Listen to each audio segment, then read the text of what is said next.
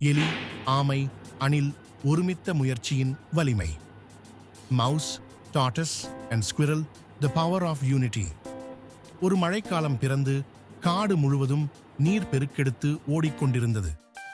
எலி, ஆமை மற்றும் அணில் மூவரும் காட்டு அருகே தங்கள் தினசரி வாழ்க்கையை நடத்தி வந்தனர். மூவரும் ஒருவரை ஒருவர் அதிகம் பார்த்தாலும் அவர்கள் நெருக்கமான நண்பர்களாக இருந்ததில்லை.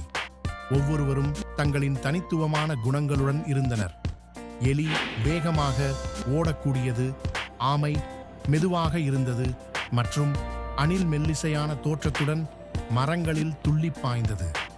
ஒரு நாள் பெரிய மழையால் காடு மழையில் மூழ்கி குளம் முழுவதும் நீரால் நிரம்பி வழிந்தது. ஆமை தனது அடிக்கடி செல்லும் குளத்திற்கு குளிக்கச் செல்லும்போது பயமுடனும் திடுக்கிடலுடன் ஒரு பெரிய மரக்கிளை குளத்தின் மீது விழுந்திருந்ததை பார்த்தது. குளத்தில் செல்வதற்கான வழி மறைந்துவிட்டது. ஆமை மெதுவாக அந்த கிளையை அசைப்பதற்கு தன் முழு சக்தியையும் பயன்படுத்தி பார்த்தது. ஆனால் அது எதுவும் செய்ய முடியாமல் இருந்தது.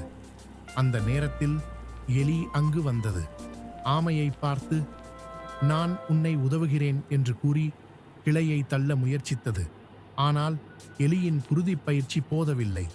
அதன்பின் மரங்களில் விளையாடிக் கொண்டிருந்த அணில் அங்கு குதித்து வந்து, நான் உங்களுக்கு உதவுகிறேன் என்று சொன்னது. எலியும் ஆமையும் சேர்ந்து மூவரும் இணைந்து கிளையை அசைக்க முயற்சித்தார்கள். மூவரும் ஒருங்கிணைந்து முயற்சித்ததால் சில நேரத்திலேயே கிளை அசைந்து குளத்திற்கு வழி திறந்தது. ஆமை குளத்தில் குளித்து தன் மகிழ்ச்சியை பெற்றது. மூவரும் வெற்றியை கொண்டாடி நன்றியுடன் ஒருவருக்கொருவர் பாராட்டினார்கள்.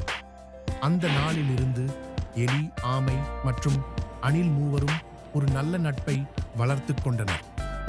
அவர்கள் உணர்ந்தது ஒன்றுதான்: ஒவ்வொருவருக்கும் பலவீனங்கள் இருந்தாலும் ஒருமித்த முயற்சியால் பெரிய சவால்களையும் தாண்ட முடியும்.